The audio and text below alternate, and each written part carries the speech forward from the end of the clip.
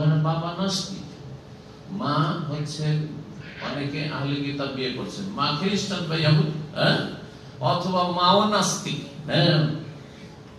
বাপ নাস্তিক বা মা নাস্তিক, দুইজনই নাস্তিক, দুইজনই দুইজনই মাজার পূজারী।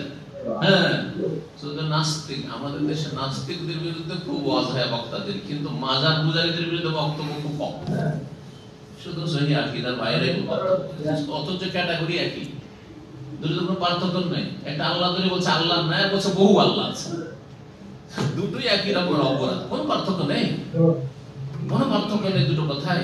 জি।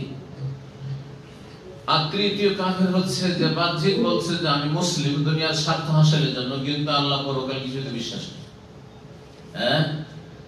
ইহুদি খ্রিস্টান মার খেলে কষ্ট পায়, আর মুসলিম ভাই বোন মার খেলে খুশি। কথা বলছেন, মুসলিমরা যদি কাফেরকে মারে তো তাকে জঙ্গি বলে, যেমন ফিলিস্তিনের ভাইদেরকে, মুজাহিদিনদেরকে। আর যদি কাফের জন্য কান্না, মায়া কান্না করে না, সেই ব্যক্তি হচ্ছে আপনার মুনাফিক। মুনাফিক তো তিন শ্রেণীর মানুষ, মুনাফিক, বড় মুনাফিক, বড় কাফের, বড় মুশরিক। যদি হয় বাপ মা, তাহলে তারা কোন সুপারিশ পাবে না। রাসূলুল্লাহ সুপারিশ হবে না, তো ছেলে মেয়েদের কি সুপারিশ হবে? নাবালক ছেলেদের কি সুপারিশ হবে? রাসূলুল্লাহ সুপারিশ নেই।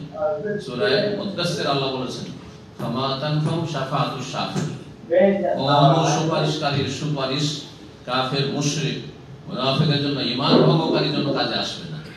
বাপ জাদুটনায় লিপ্ত, মা জাদুটনা, আমাদের দেশের মহিলারা অধিকাংশ মহিলায় অদাকিদার কারণে বিভিন্ন জাদুটনাতে লিপ্ত, তাকে জাদু করাচ্ছে, দোয়া তাবিজ বলে, কারো ক্ষতি করার জন্য, কারো মন ফিরানোর জন্য, ইত্যাদি।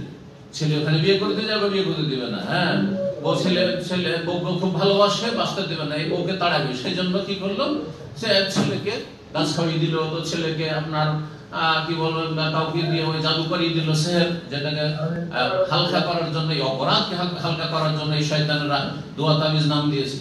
সে মুসলিম নয়, আসলে মুসলিম নয়, সে ঈমান ভঙ্গ করেছে। ঈমান ভঙ্গের যে কারণগুলি আছে সেই জন্য জানা সহজ। আগে ওযু ভঙ্গের কারণ আমাদের মুসলিম সমাজের লোকেরা জানছে, আপনাদের জিজ্ঞাসা করলে সবাই বলতে পারবে। সালাত নামাজ কিসে নষ্ট হয় বলতে পারবেন আপনারা, কিন্তু ঈমান কিসে নষ্ট হয় বলতে গেলে একটা ছাড়া দুটো বলতে পারবেন না। শুধু বলবেন যে নাস্তিক, শুধু নাস্তিক, শুধু আর চেনেন না।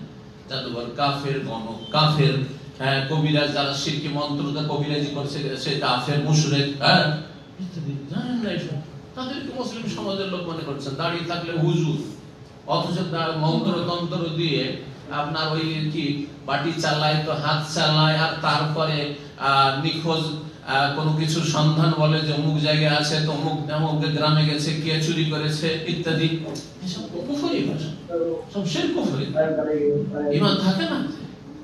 তো মুসলিম বাবা মা যদি ফাসিক, বাবা ফাসিক ছিল, বিভিন্ন কাবিরা গুনাহ আছে, কিন্তু ইসলাম টিকে আছে, তাহলে তাদের জন্য নাজাতের ওসিলা হবে এই অপ্রাপ্ত বয়স্ক ছেলে মেয়ে যদি মারা যায় আর তার উপর সবর করে থাকে, ধৈর্য ধারণ করে থাকে।